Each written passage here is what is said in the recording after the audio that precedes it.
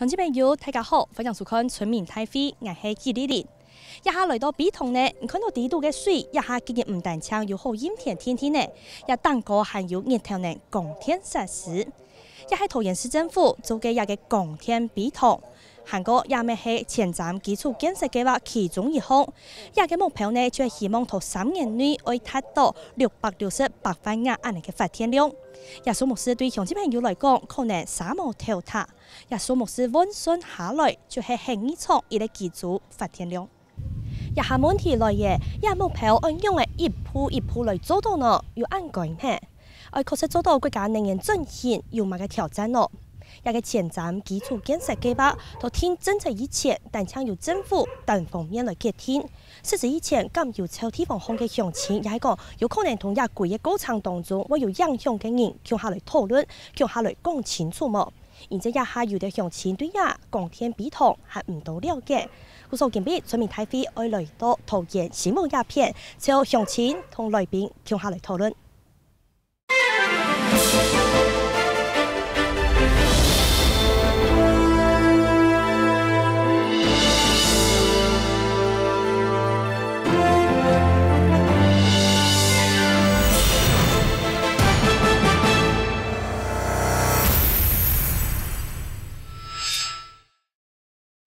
喺前瞻基礎建設計劃當中希望打幫供天比塘帶來效益。還有呢，今日針對要向下嚟討論。唔過啲貴嘅過程當中，喺講鄉親有啲嘅義負係唔到了解，咁要愛重新來檢討咯。今日現場嘅鄉親朋友，大家好，大家好。這裏為大家來紹介今日來賓桃園市政府都發局都市設計科的廖玉儀廖科長。大家好。桃園農田水利會新務工作站嘅站長齊生和齊站長，大家好。中原大學設計學院嘅院長陳啟鵬陳教授，大家好。一下呢桃園嘅農業博覽會動的進行哦，一片如咧拼音無嘅，還有拍啲演示咩無嘅設施，就係供天比塘。有啲朋友你是希望帶人來去看啊。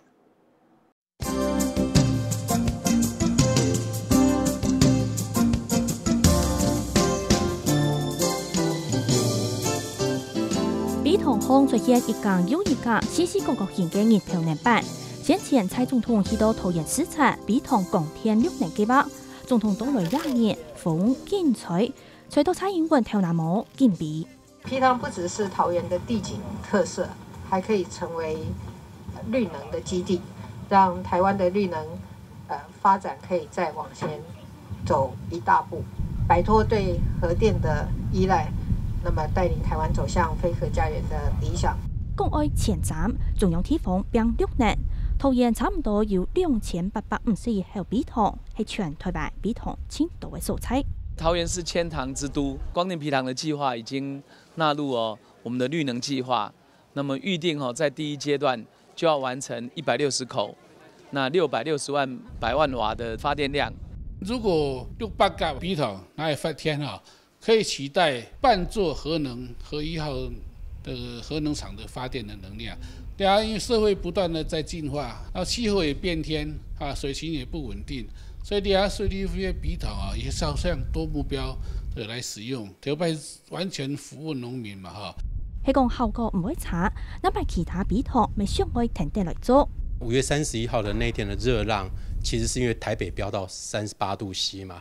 好，所以真正缺電是台北，並不是中南部。桃園這邊的埤塘正好是在北部，所以它就正好可以北部來使用哈。那所以這是最好的，比中南部是太陽光電板又要好很多。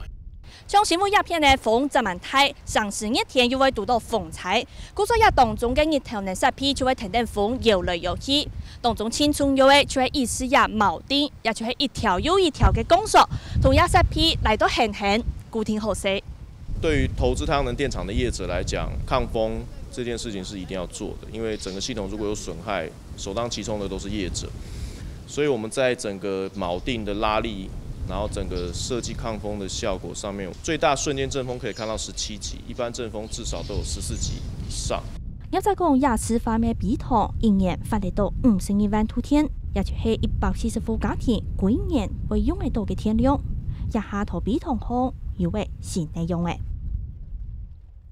一下全台灣呢頭以後嘅供電系統，卻桃園農業博覽會地度，詳情唔識希望。為大家來小結一下，亞拜嘅12至14號埤塘的光電示範計劃呢，它整個水域是3.75公頃，然後中間這個就是太陽能光電板，它的裝置呢現在是0.48公頃，容量是481 kW。那現在就是希望說，透過這樣子新的一個設施，全台灣第一個的光電埤塘來帶來發電。那其中呢也有說到可以減少水蒸發，而且抑制藻類跟水草的異常生長，像優氧化的情形哦。而且還有說呢，因為水面上有一個冷卻效應，所以裝了這個光電板，它可以比屋頂型、地上型還有其他的太陽能光電系統發電量是高出了10%到15%。而且呢，我們再來看到第二個，就是說它現在的這整口的太陽能板呢，一天，假如說我們抓一個日頭照高了要當夜3點鐘就好誒，加上它的這個效率加成1.15，一年總得發幾度天哦，幾度圖呢？一年可以發60萬度電。亞個數目師就係講一年當中165戶家庭用電嘅電量。蘇氏安出現搶高亞個桃園市政府嘅督發 Q 總，為大家來小結一下講，亞拜嘅供電系統計劃個地度從青春有嘅內容關鍵係乜嘅？還有講從亞下大家都知前瞻建設正在爭取經費。之前呢，桃園市的市長鄭文燦先生，他去中央爭取的時候，肋骨都給摔斷了。所以說，像這個相關的光電示範計劃呢，請科長先來為我們說明一下，它可能帶來什麼效益。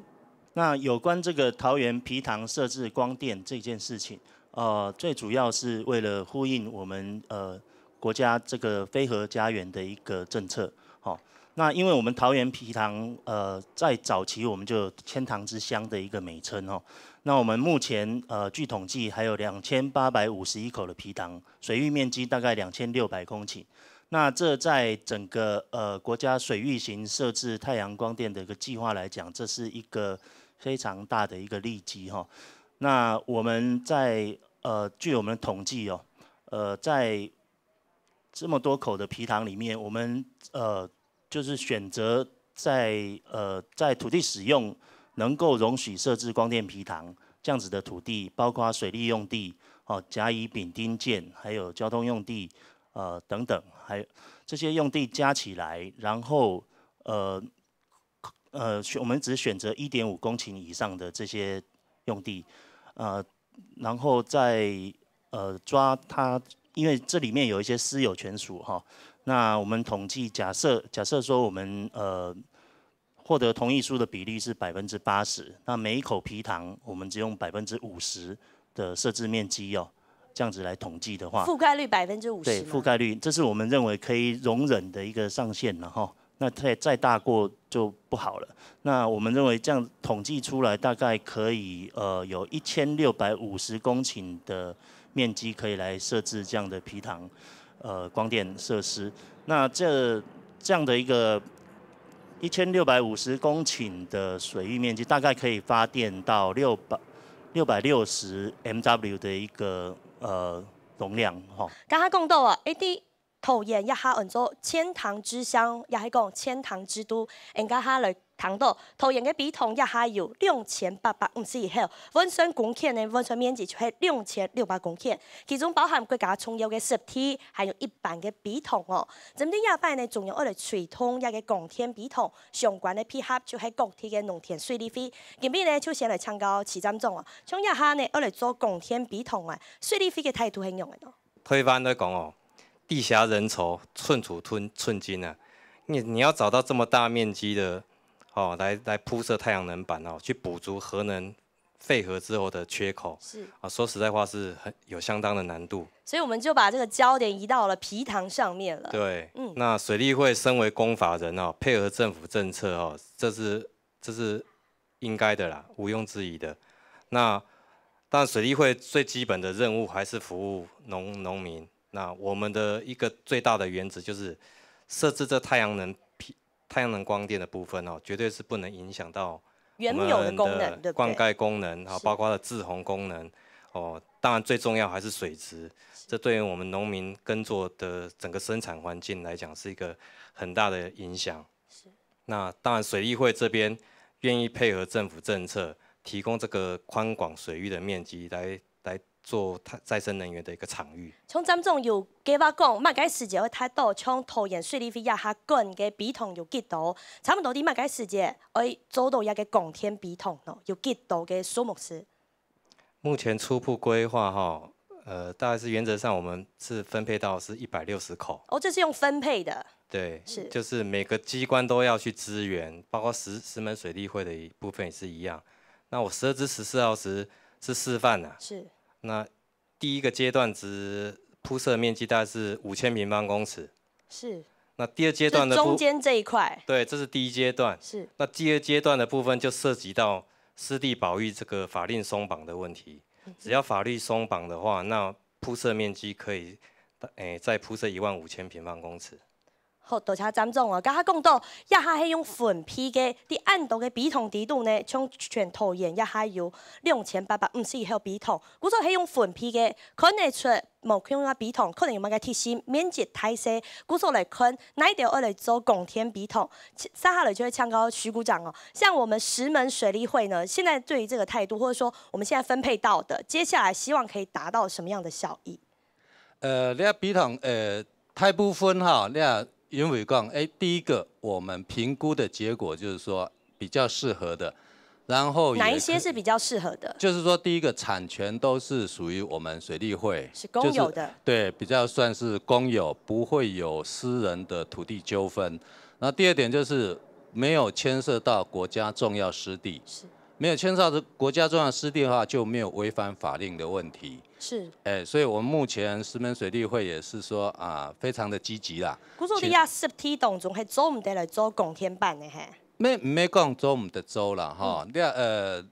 第一个就是说湿地保育法哈，现在就是政府开始积极的在修法，所以做明智利用这个部分啊，我想现在已经在公展的阶段了。好，那公展阶段完之后，我想相关法令修订完成之后，那听一团的给法，安尼石门水利会是慢慢为朝向讲重要湿地的池塘，也慢慢的来做设计，好，慢慢的做发展。那有没有说面积极太张合适来做供天办、供天发田呢？安尼石门水利会比桶面积平均是差不多3公顷，3公顷是3甲啦。3甲比桶吼，เรา桃园水利会比起来，安尼规模适当多，所以按照目前的目标吼，尽量请2公顷以上的比桶，吼，先来做两种的发展以上。好，2公顷较加嘅比桶装来做供天办哦，还有呢，甲大家更讲到哦，比桶对农业用水来讲，真蛮重要。古时候嘞，谈到像院长，您听到说鼻塘要来做光电设施哦，你第一个反应是什么？是赞成呢，还是觉得有点问号？为什么桃园的皮塘会变成湿地保育法的重要的一个保护的指标？为什么桃园皮塘会文化部里面设为世界文化遗产的候选地？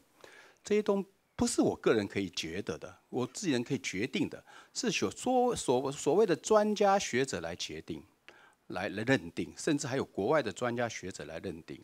这是我们先人特别是我们客家的先人历经300年的开垦，流传给我们后人的这些重要的文化资产，甚至重要的湿地。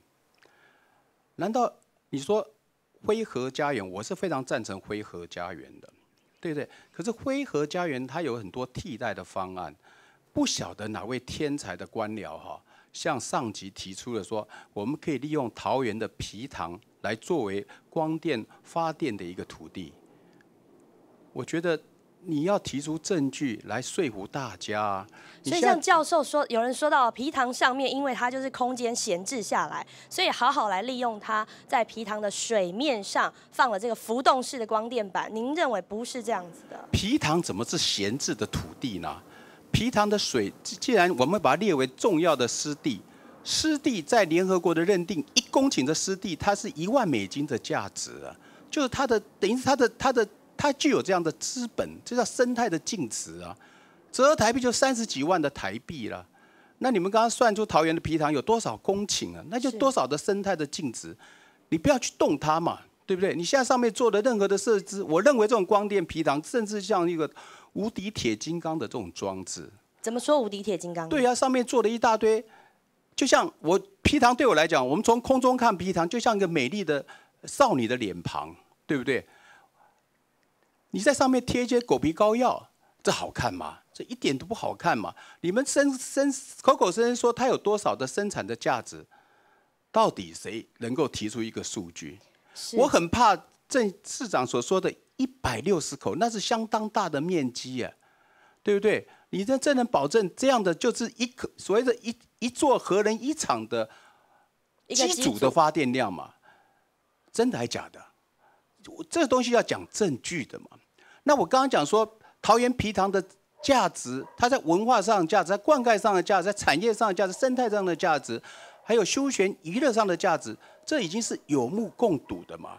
好像对了，我这光电皮塘没有填土地啊，可是它对这个自然的生态的影响，你们说完全没有影响。刚刚有说它这样子不会什么，它发电的效能比较好啦，它不会优氧化啦，真的吗？说不定它的负面价值，等到你发现它有负面价值的时候，你都收不回来了。是。在此我也呼吁我们的执政党，不要拿这个当作前瞻计划。前瞻计划已经被大家所诟病了，因为它是一个没有深思熟虑下的一个计划。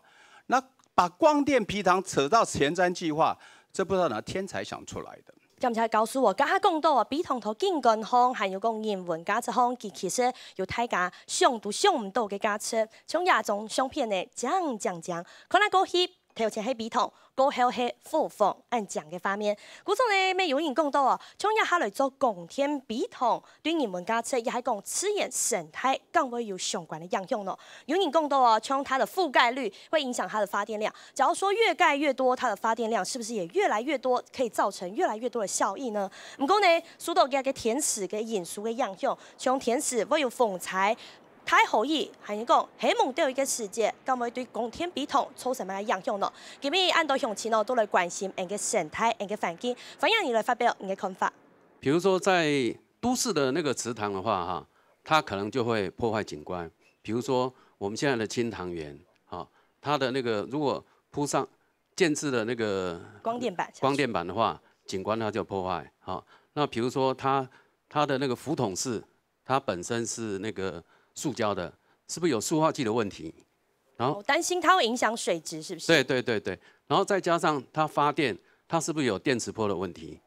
電磁波的問題，對，或是說它本身是在那個濕氣比較重，所以它等於是就是在它的維護上面哈，是不是請那個業者哈，有沒有什麼？就是維護比較特殊的方式，就對啊。以上，謝謝。從新聞鴉片啊，咱們會落胎疫苗，還有封案胎，你知道公亞嘅天時嘅條件會對光電比同有乜挑戰嗎？新屋在差不多3年前哈建置了氣象站之後，原來發現說平地最冷、最熱、風最大、最強的都是在這裡，都是在新屋啊，因為有數據了，所以新屋的那個就是它的東北季風哈，1年有8個月，所以這一部分可能就是在建置的時候，是不是要考慮它的固定啊？這種對。好，多謝亞先生，還有其他鄉親會對亞下新的計劃來提出亞想法冇？分享。如果說後續真的有詳細的研究跟分析，可以證實說，哦，其實它不會太去影響到生態，或是說其實不會太去影響到景觀，因為剛才教授有提到，其實皮塘站看是很漂亮的，那教授覺得光電板看上去不好看，那可能有的人，老師剛剛說是狗皮膏藥，對，可能一定也有人是這樣認為。那變成說，如果說它的設計上可以去改良，那可以確定對生態沒有問題的話，那我覺得光電皮塘的設置應該還是朝一個好的方向，非核家園的方向去前進的。我覺得還可以再討論啦。OK， 好，感謝亞先生哦。佢講到啊，喺講呢，增建對亞嘅水質，也係講本地嘅功能冇乜影響，也係講唔會影響到水質。唔過亞下現在係開始做聽聽，但係示範皮塘，所以對未來有什麼影響？對實際的水質啊，到底監測是怎麼樣？可能還都要時間去檢驗，對不對？還有其他用情嗎？雖然說我們現在都要建構非核家園，對不對？當然我們也樂意，因為我們整個的那個能源是慢慢在缺乏，可是當你們要這樣做的時候，后续的思想到底有没有做好，准备好了没有？不要每次都这样匆匆忙忙的做。我想每一个人，我们的后代都很乐意见到我们现在拥有的自然环境，但是因为我们生活的关系，我们是必须一直往前进的嘛。科技跟自然其实它会冲突，可是在冲突的时候，到底要怎么去把它建构好？我想这是各位应该很深思的。在地的相信，假如说科技或者说像现在的自然人文价值生态好了，它有没有可能取得一个平衡点？在你看？我觉得是可以的，我相信可以。如果大家愿意这样做，我相信是可以的。但是就像刚刚教授讲的，我们一定要在那个上面贴那个膏药吗？而且当你在做的时候，你有没有考虑到整个生态的环境，还有那个电线电缆所产生的一些问题？其实是我觉得这个才是我们真正反对的理由吧。到底我们准备好去做了没有？这才是很深切的问题。这是我的外地人的想法，谢谢。好，感謝亞小姐哦，甲下永言講到哦，迄個比同亞下會帶來乜嘅效益，還唔知，認真真開始做聽聽。唔過呢，迄個相關南北嘅長遠計劃，我們把眼光拉長一點，先想想未來有什麼可能會發生，我們避免了。還有剛才大家提到哦，敢唔會有可能應用到水質，應用到日本蛋灌溉的功能哦。今邊嘅業者示範比同嘅業者未來到現場，分享給嚟為大家回應一下。有人會擔心說，這個現在來做這個光電系統之後啊，會影響到它埤塘原來的可能水質的問題，或者說擔心它影響有礙觀瞻這些疑慮的部分，我們業者怎麼看？會不會影響到生態，或者是說會不會影響到水質？是有做過相關的監測嗎？其實我們在這一口示範埤塘的時候，我們已經一開始在裝置之前就已經請水質監測相關公司已經進場了。所以在之前裝設已經先進場，對，裝設以前已經先進場，所以說我們在裝設之前，我們先做了一次裝設前的水質檢測。那當然裝設後，我們會維持連續2年的檢測，那時間點大概是每一季檢測一次，2年啊。未來嗎？對，未來2年。那其實我們在用的這一套系統，就是各位看到的浮在水面上這個浮筒，其實它是一個很簡單的東西，就是高密度聚乙烯 HDPE。那它本身是不會釋出有的物質，因為這套系統是法國系統。這套法國系統早在日本的兵庫縣，已經有執行大概2到3年的時間，並且在歐洲甚至在英國的一個水源地，所謂的水源地就是人類喝水的一個水源地的上面建置的系統，甚至比我們現在這套系統大到3到4倍。那既然在國外，應該是說，在先進國家，當然是日本、英國都是屬於比較先進的國家，能有這樣子的做法。那當然，我們合作的這家法國廠商，它也有相關的檢測報告，如果各位要的話，我們都可以提供，因為他們會提供給我們。所以就目前，假如說從架設到架設營運開始，水質監測狀況怎麼樣？有跟以前有所變化嗎？目前水中的釋出的有毒物質並沒有特別的明顯，可是確實在水的含氧量、溶氧量是有點影響。那有影響溶氧量狀況下，就是會水車要打水，可以讓埤塘裡面的水的溶氧量提升，就是比較就是不會有我們講死水的狀況發生，這樣子對。好，多謝鍾先生哦。剛才相關鄉親有講到嘅議題，有人認為有礙觀瞻，但是呢，在這個美感之下，或許各有各的看法。還有像科長，剛才有人會提到說，擔心水質的影響。那我們未來呢，是市政府要在做嘛？那有一些相關的把關嗎？其實在這一口示範埤塘，當時在內政部審查的時候，內政部的濕地審議小組就特別要求這一口埤塘要做監測。好，他說做那個水質的把關跟監測。那因為這一口埤塘是我們環保局在主辦，那我們環保局也在這一方面有做定期的去監測。那後續有關這個其他的埤塘設置方面，那內政部營建署這邊也針對就是濕地設置再生能源的生態評估及設置的一個規範，目前正在擬定相關的規範作業當中。人家讲到啊，比同正经讲系老祖公嘅指挥，现在头摆日本所谓嘅下手作嘅，一个桃园太尊，过后三门水库、三门太尊未做好嘅，古时呢鸦片就变做一个农业怎么发达嘅素材，家庭嘅生活未得到嘅改善，唔过未来呢，咁我要改变咯。桃园最度假下是有1万人后比同，一下桃园市嘅天头比同、水通、日头共天6年。第一个好处呢，它并不会影响到原来水利设施的使用，它还继续养殖或者是继续做灌溉的使用。第二个好处呢，它有降温的效果。大概你做的面积不要超过60%的时间哈，那对畜养来哈，它无买影响，甚至有人讲哈，有生态来分析讲，台湾钓是够冻还辛苦，江浪。好，如果上面有一个光电板哈，可能下面水温会比较温暖，这样渔电可以共生。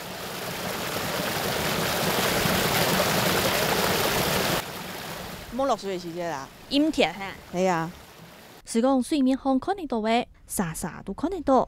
唔過清意思也水來用嘅農民，10公尺水面下看唔到嘅實力。你阿只比湯啊，嗬，嫩嘅時節長做個廣告，56公斤。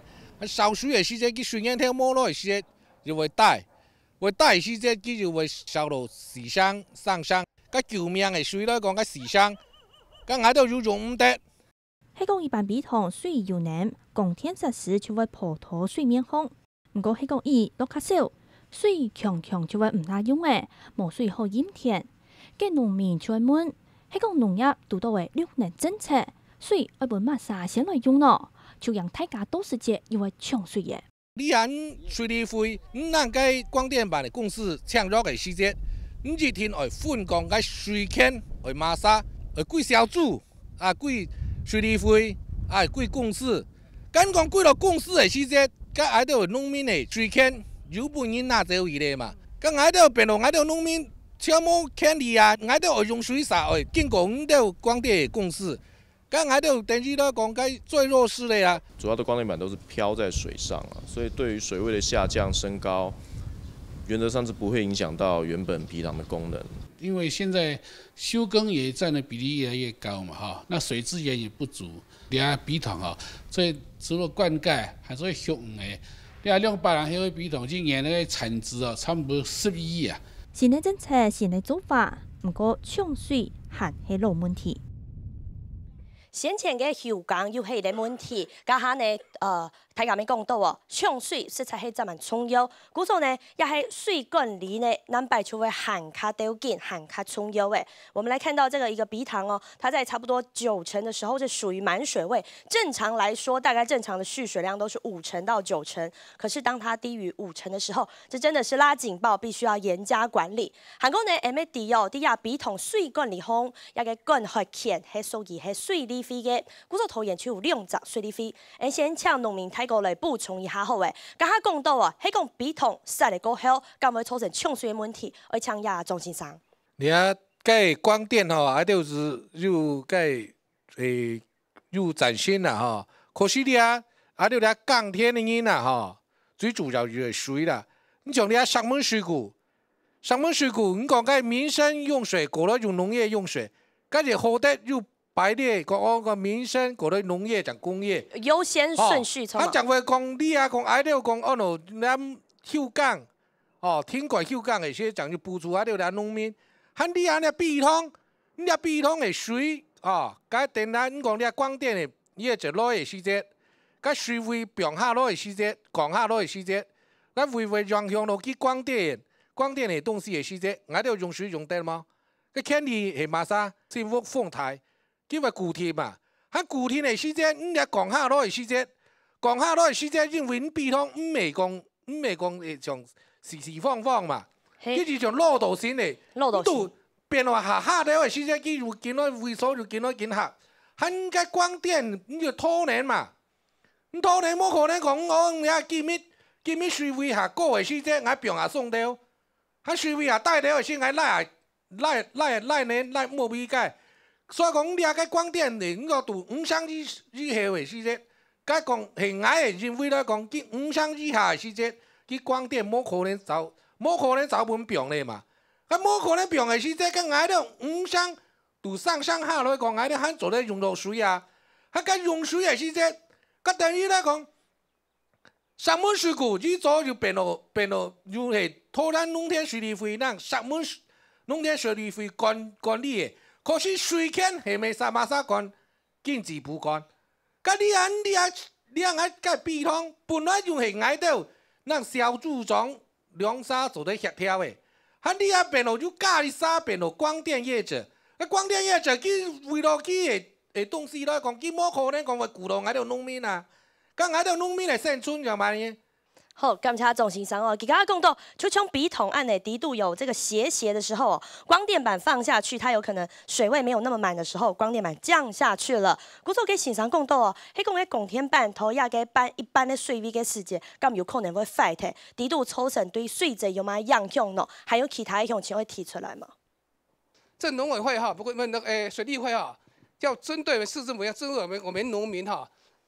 这池塘的面积的那个几个田的哈部分哈，每个农民的部分要给人保障。保障嘛，保障哈，还用某些种，还标唔得，你冇权利啊。还其他光电那做还是标税唔得啦。你讲光电嘅时节会有乜嘅影响？它也小厉害。光电哈，佢浮在水面上哈，佢标下去冲大是冇水嘅。冲大到天奶。佢一保护佢嘅光片哈，该电嗰個光電片哈，係冇。冇光電片佢標下去發氣啦，發氣水唔會唔標啊，唔標啊！農夫農民哈是會受到權益啊。好，前提上的某人講對馬上有聲音也沒辦法發出來啊。所以現在說，你還沒有做的時候，我們好要先聲明，好保護我們各池塘裡面的我們農業用戶是最針對才有效啊。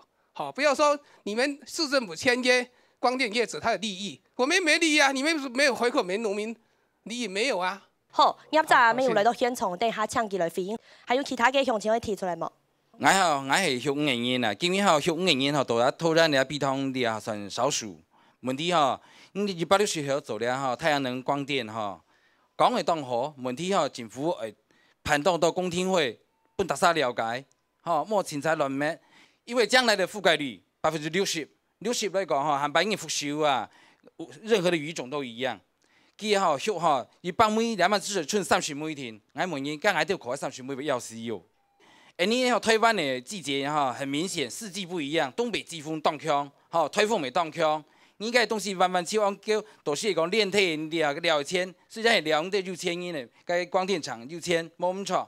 問題造成的影響動態，你講唔會污染，滿地都是講有污染，或者是其他的影響，我挺難講啊。所以說很多東西條件性上好，可以回本所有農民了解。莫自家是富人類，兩萬政府上樣做買東西，當什麼做，我看得到問題。你慢慢來，公聽會貴盤水盤，讓人全面了解。莫愛對人簽地，想有不滿意的地方，你想去講，還沒有窗口，真是當然啦。按講講嗰度，你個太陽能光電板，你冇問喺度比當主，你前來做，你今日做係做湯喊嘅流水為數啲啊嚇，係幫喺度3度，嘅度太陽能板底下滿因了，你爬落去溜出來係冇可能事情嘛。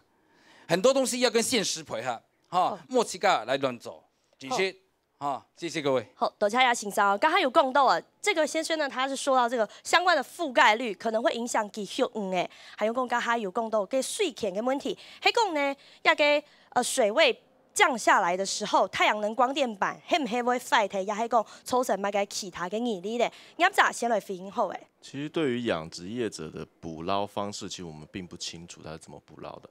那如果一狗平常假設以12至14號池來講，它的滿水位面積，如果沒記錯的話，是超過3.2公頃。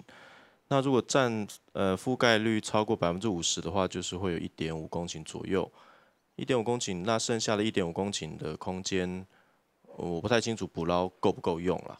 對，那再來就是您說覆蓋率還會影響什麼？剛才因為我聽不懂客家話，所以我那些覆蓋率影響可能像有一些容養量的問題啊，或者說空間建制的問題。剛才這位對面的這位大哥，他是說當水位降下來比較低的時候，像皮塘會斜斜的，光電板就會降下來，會不會它的表面就沒有這麼多的面積，它可能會造成損壞還是什麼的，或者說降到下面來，搶到他們的水，為了要讓光電板浮在上面。其實皮塘的功能最主要功能是是灌溉嘛，如果我没讲错的话，就是为了农民蓄水，然后在紧急用水的时候要拿来灌溉，这件事情是非常重要的。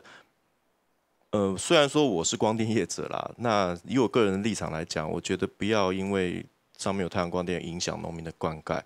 因为我们的太阳光电的设计是跟着水位上升下降，就算假如说它降到最低的时候，会是什么情形呢？降到最低的时候，它就是在最低，就这样。它是变成一个地面型的发电设施，它就躺在那边了。那你水进来的时候，它就浮起来了，就这样子而已。对，那你说会不会损坏？因为我们没有遇过。是。假设如果有损坏的话，也是我们要自己去修理。对，这跟水利会、跟市政府、跟农民朋友一点关系都没有，因为那是我们建制的财产，所以我们要去把它修复，这是很正常的。对。刚才讲到啊，税权的问题，咁係有分出一个优先的顺序呢？我们请站长来回应。只有灌溉优先，灌溉优先，没有其他的优先。是。对，我们水利会是服务农民，所以而且我们合约载明了，我们的用水还是农业优先。那当然，刚刚张经理部分陈述的部分，就是说。当设施损坏部分也是完全由业者自行负责。是，好，还有这个股长有要补充吗？我们跟所谓的池塘使用人签订的是用水使用契约，然后农民的水权绝对不会受到影响。今日天一点爱拉安尼的农民夫人朋友做在说明是讲，近期水利法水利法63之3条像爱上面水利费安尼讲到的问题，安尼水利费所有公的所谓的我们的产权持分的部分，我哋定义是讲俩天然渔界，天然渔界有是了解的权利，至于讲你私人池塘不是在我们保留池塘，你要去做养殖畜牧，该是安尼冇慢慢发展到该谱啦。所以讲，挑选各位个大哥讲过个养殖的问题我上门水利费，你要前期是冇做了方面考虑，因为安尼你面对的是讲天然渔界的捕捞权，你要普分清，按之后的问题，安尼含排长来考虑。好，以上谢谢。好，先问你，古早枪总太个按你敢有回应到亚青受理嘅税权的问题哦？两届水利费突然项目呢，政府就讲你阿廖就要按先的啦。唔係講為了配合政府的光電的東西來講，有阿廖的個管過的權利，有本囡仔走去，阿廖就放線的。好，多謝你咯。古早呢，大家來交通困難，來本大家提供一下嘅政策，大概大家嘅受理。今比呢，被水庫嘅副區長沒有來到現場哦。今比大家有親手講水權的問題，還有從2月的時候有這個休耕政策，水情吃緊的時候，大家都很擔心誒。接下來呢，會不會有其他的要注意的地方？石門水庫的水它有幾個供水標的嘛，一個就是我們農業用水的標的，那一個就是我們民生及公共給水的標的嘛那農業用水標的目前佔的水量差不多是51%，就是水權量51%了那民生及公共給水差不多只有49%左右了。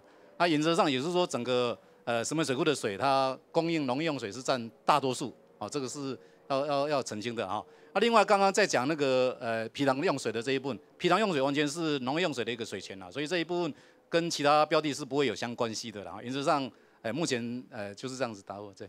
好，感謝邱副無論係總統也係講長時總呢，佢就講到，接下來嘅目標係可以做到668萬瓦，660 MW這樣子的目標。所以呢，容量推計下來，可以裝置的面積，剛才上一個階段科長也有提到1650公頃，我嚟做亞安嘅公天設施，估數加美全投研嘅比桶總面積有63%。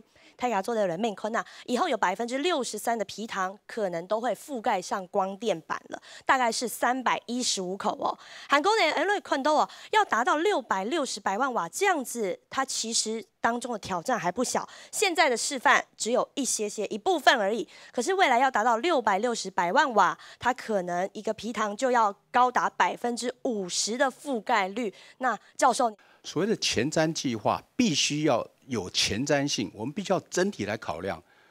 北水局上面的上司、經濟部、水利會等等的，應該大家坐下來跟國發會一起來討論，如何把桃園的埤塘水圳跟河川的整體的系統來討論。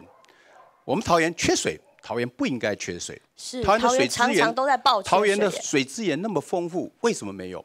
因为我们每次石门水库因为大雨泄洪，一泻千里就到了台湾海峡。为什么不把整个系统好好的做一个重新规划？花它几百亿、几千亿，我觉得都值得，因为这种价值是永续的价值。其实桃园埤塘的功能在未来当气候极端化以后，我们以前不会这样的缺水，以前雨季来的就是有丰裕的水，现在为什么缺水？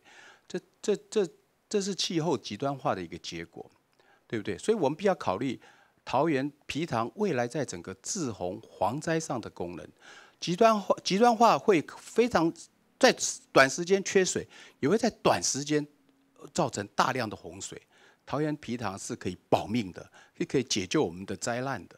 那再来就是说，桃园的埤塘已经被列为文化部列为世界文化遗产的候选地。你可以想象，我们后面这栋民宅很漂亮，屋顶特别的漂亮。当然，它可以放太阳能板了，你会放吗？因为那么漂亮的文化古迹，你会放太阳能板吗？同样的道理，我们把桃园的埤塘当作我们重要的文化景观、世界文化遗产，你会放成像这个荧幕上所显现的那样子的，只为了现在还没有受到证明的那个所谓的绿能发电的效益。我们不能只听上面的命令，我们要听我们民众的声音啊！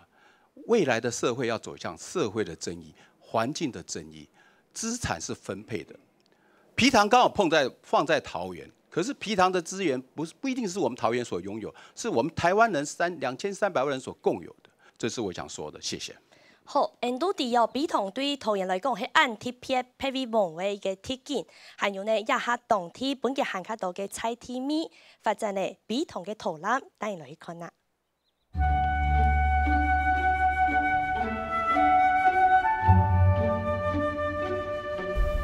桃園大概有6800口埤塘哦，啲印尼利亞憑證進行啲印尼利亞在離就有差不多13口埤塘。印尼總共規劃3條導覽的路線吼，像你在埤塘啊有弗利亞 V 就日本史推戰役路線，吼啊還有一條就印尼利亞條線就文學路徑，啊還有一條線就啲北角同 K V， 佢哋變到國家重要濕地。睇睇埤塘轉角，來轉知識嘅旅行，探訪天堂鄉豐富嘅生態。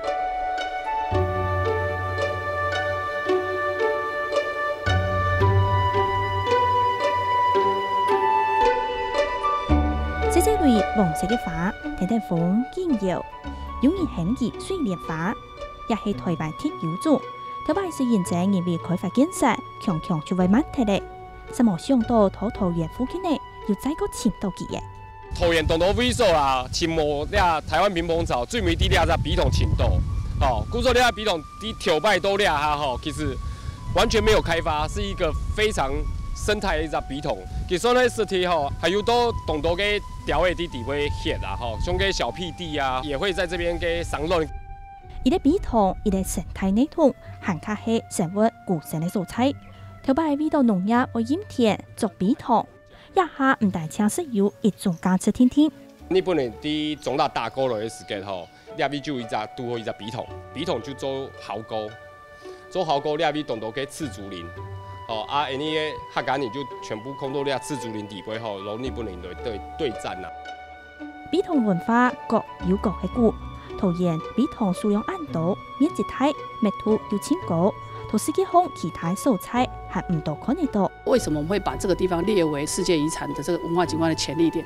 是因為我們知道，當我們每次出國或者是從國外回來的時候，你只要俯瞰桃園這片土地，你就會發現很多小小的像鏡子一樣的反光，所以我們稱它為千塘之鏡或者千塘之鄉啊。因此，我們認為說這個是非常具有可看性。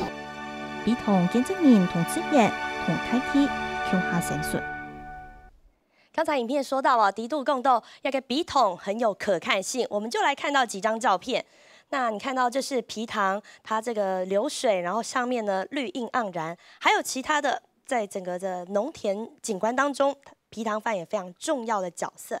还有再加上夕阳下面，皮塘的景观都非常不一样。今日刘洋来到亲民哦，分享乡亲朋友针对今日讨论嘅皮塘嘅主题哦，来补充眼看法好冇？针对生态嘅部分，分享一个生态协会嘅理事长。其实哈，一个光电板落对生态危害非常的大。比如讲，来到飞龙去当到看，来散步咯，突然呀，一扎扎被汤像珍珠样，见面来光电落去，嗰個光電板被反光，那對於冬候鳥來講可能個刺眼反光影響嗰冬候鳥會下來嗎？係太淡嘅，背下來偷食，好冇？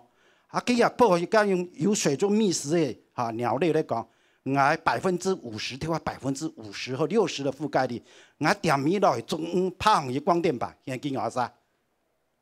所以說光電板設在皮塘覆蓋率強過。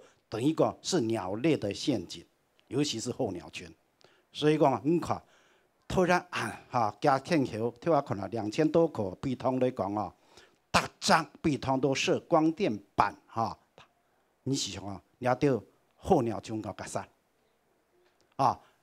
為針對候鳥群來講，偷食為數冇為數啦，做起來就按到皮塘不偷食啦所以說那光電把列入我們的濕地裡面去修法來改，我認為光電板進入皮塘裡面，所以說一定要考慮到整個候鳥群的生態2點。好，謝謝。好，薛孟理事長，剛才說到這個相關生態的影響下，有一些皮塘它的生物多樣性非常嘅豐富，還有呢南北要做公天沙皮過後，咁係要再過來上困難咯，還有其他鄉親親民來向大家來補充。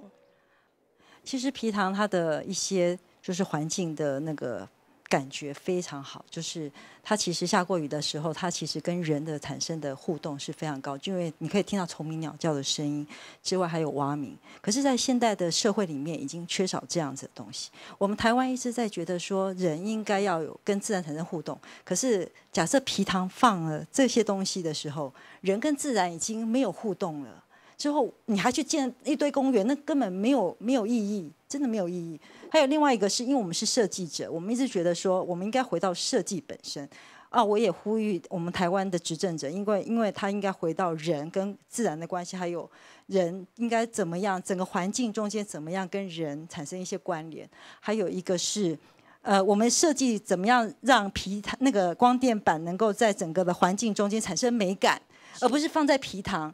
要有一個，就是假設他提出一個競圖案之後，讓我們產生，就是他放到哪個區域之後，它不會影響到環境的破壞。這是我覺得政府機關是需要考量的。就像您覺得說，它不一定是有礙觀瞻，它可能透過設計找到它適合的地方。對，而不是放在皮塘，因為我覺得皮塘放在那邊就，我覺得我因為我自己很喜歡跟自然產生互動，所以它其實有白鷺鷥飛過。還有蟲鳴鳥叫飛，都感覺是，我覺得是對我們設計者，或是對台灣的民眾是非常有幫助的。是，好，謝謝你。還有其他的鄉親我來補充嗎？剛才提到人同自然的關係，大家咩來想看啊？我並不覺得太陽能板是不好的，因為在2014年，我曾經帶了一批學生去做了一個蘭花屋的案子，它是一個永續節能的房子，上面就是設立了非常多的太陽能板，但是我們會考慮到，比如說它跟整個設計的結合，以及太陽能板本身所發出來的熱，這樣子的關係。但是今天我來呢，看到它有可能類似這樣子，把它幾乎整片就是鋪上去了。你覺得這樣子給你直接的第一印象是什麼？我覺得好可惜，因為呢，皮塘真的是一個寶。那因為它這麼特別，而且只有這邊有，我們又特地的選了這樣子一個好的地方去設計這樣子的東西在上面，讓我覺得非常的疑惑。因為呢，沒有核能很好。我們發電很好，照顧農民也很好，為什麼這麼多很好的東西加起來出現一個有點點吊詭的東西在上面？那另外呢，有很多東西是我們失去了才會發現，以前有它真好，那個時候也許已經來不及。所以我想請教的是，我們当然，做水质的测验是已经开始，但是它也没有足够的时间去做印证。那我们有没有对于环境这种生态的部分去做任何的检测？好，谢谢你。还有其他的参加的朋友吗？那我这边个人提出几个，我觉得应该是说可能我的质疑啦哈，那大家参考一下。第一个事情说，我必须比较确定的事情就是说，我们现在谈的埤塘，它绝对不是闲置空间哈。因为那个东西是可能我们在表象上看得到的，就是水池嘛，哈。那实际上它有一些生态之类的那些条件，可能是比较无形看不到的。那些东西，刚刚我们有听厂商那边稍微说明一下，听起来其实我觉得好像不太可靠。好，因为有些东西这一类东西应该要有一点时间去验证。然后以目前的情形来说，好像问起来有一些东西在建制厂商这边好像也不太能够所以你确定的答案。认为可能时间拉久一点，大家就会看出一些端倪，是吗？这是其中一个部分啦，哈。那因为比如说听起来好像他也不是太有把握，可是东西就已经上场了。那如果说谈美感，当然我想美感的事情可能也许没有绝对啦。那至少目前我个人会觉得那个东西看起来还蛮吓人的。因为它制造的过程，如果产生其他的问题，水权当然都归农民，但是如果水被破坏的话，这个部分算谁的？好，感谢亚先生哦。顶下共天比同章开始做研究先来讨论哦。故说呢，有按当然提出呀相关嘅议题，有可能会发生嘅风险，大家先讲出来。故说还係會等時間來檢視。科長剛才有人說到，說這樣子未來假如說要達到660百萬瓦這樣子的目標的話，是要鋪設一定的面積，然後覆蓋率要達到50%。您認為這樣子？剛才有提到，有人認為可能在觀感上面，或者說其他的影響，我們有先考慮到這個部分嗎？這個部分我要說明一下哈，這個是當時我們模擬的一個方案哈，那並不是說將來就是這麼挑選的一個方式。我們當時是抓可以用的，然後1.5公頃以上的，然後我們假設50%可以做到660枚。那當然，也許譬如說現在石門水這兩個水利會它挑的條件，它就不是這樣子，它有它的挑選的一個方式。好，那我們是提供這樣的一個統計數據，然後這是一個參考的值，那就是我們桃園埤塘有這樣的一個能量潛力。那有人擔心說，加了這樣子的一個新的設施之後，可能會影響它的生態。那這個部分呢？剛如同陳老師所說的了哈，就是我們桃園埤塘有很多的功能，當然包括這個水資源的功能、防災的功能、景觀遊憩的功能，然後當然生態的功能也是其一。但是這部分我們如果在設置光電埤塘的部分，我們認為如果具有特殊生態這樣的埤塘，也應該要把它排除。所以會跳過，是不是？有一些可能現在我們剛剛影片看到有一些有台灣萍蓬草的，這些可能就會不是我們未來要設置的一個標的。比較有生態性的部分，我們也認為這個部分不能在這邊設置。好，多謝口總哦。韓國呢，其實一個埤塘同客家關係親情，親密就請陳彥總來為大家來做一個紹介。我只想講一口埤塘的故事，這個埤塘是叫做2至6號埤塘。20年前，它是一個垃圾堆。我一直呼籲要把這個埤塘，把它恢復它埤塘的生態的價值跟景觀的價值。好不容易10多年過去了，它終於恢復，它變成一個簡單生態的埤塘公園。所有的社區的鄉親突然之間都匯集到這個埤塘，不只是鳥哦，是人哦，他都匯集到這埤塘。每天早上、每天傍晚，像這樣的天氣，都跑到埤塘來跑步、來散步，走着走的，面對常常來的就變成朋友，朋友又變成親人等等的。這是埤塘的意義跟價值，這人文價值，這不是所謂的光電埤塘可以取代的價值。所以，我透過這個機會跟各位講，埤塘就代表一群人、一個社區，我們客家先民，我們客家人的故事。這些故事不能被一些未經深思熟慮的一些所謂的現代化設施，不管它的理由多麼的冠冕堂皇。我剛剛聽到我們的科長甚至水利會的代表說到，我們希望從濕地保育法裡面討論如何可以在濕地再利用的問題。这个想法讲出来，实在是非常的吓人。当时多少的努力，湿地保育法在多少人的努力之下完成的立法，然后变成桃园湿地唯一公布的一个行政法令，行政法可以保护的。现在要修法，修法以后让这些珍贵的湿地能够在上面上下其手。对不起，这点是我绝对不能接受。我也希望透过电视机前面的朋友呼吁一下政府，悬崖勒马，千万不要做这种事情。这样的话，你绝对会失去选票。谢谢。好，今日大家针对比同亚主题有讨论的案度，下面伫亚哈全台湾头一号嘅共天比同缺头，也个桃园农业博览会地度亚哈动动的进行。不过呢，看起来当中係效益程度，还有希望大鹏亚哈作为以后，咱摆会推广出去，作为汉卡多有共天设施嘅比同。不过亚当中，敢係没有上困难，人文价值还有生态运输嘅价值咯。今日嘅讨论除咗鸦片，感谢向前嘅收看，希望你按住先。